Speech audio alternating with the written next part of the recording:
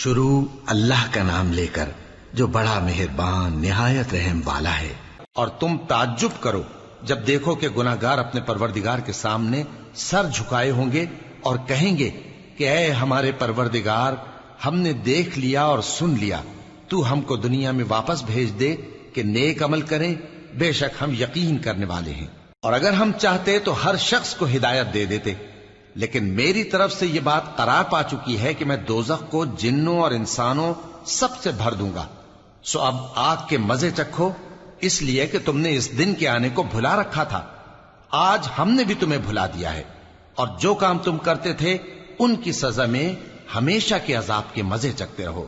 ہماری آیتوں پر تو وہی لوگ ایمان لاتے ہیں کہ جب ان کو ان کے ذریعے نصیحت کی جاتی ہے تو سجدے میں گر پڑتے اور اپنے پروردگار کی تعریف کے ساتھ تسبیح کرتے ہیں اور غرور نہیں کرتے۔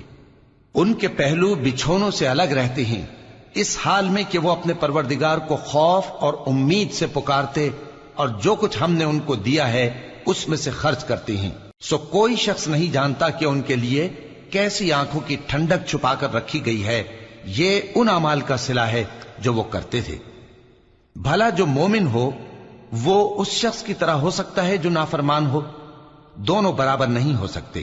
جو لوگ ایمان لائے اور نیک عمل کرتے رہے ان کے رہنے کے لیے باغ ہیں، یہ مہمانی ان کاموں کی جزا ہے جو وہ کرتے تھے، اور جنہوں نے نافرمانی کی ان کے رہنے کے لیے دوزخ ہے، جب چاہیں گے کہ اس میں سے نکل جائیں تو اس میں لوٹا دیے جائیں گے، اور ان سے کہا جائے گا کہ جس دوزخ کے عذاب کو تم جھوٹ سمجھتے تھے اس کے مزے چکھو، اور ہم ان کو قیامت کے بڑے عذاب سے پہلے دنیا کے عذاب کا بھی مزہ چکھائیں گے، شاید وہ ہماری طرف لوٹ آئیں۔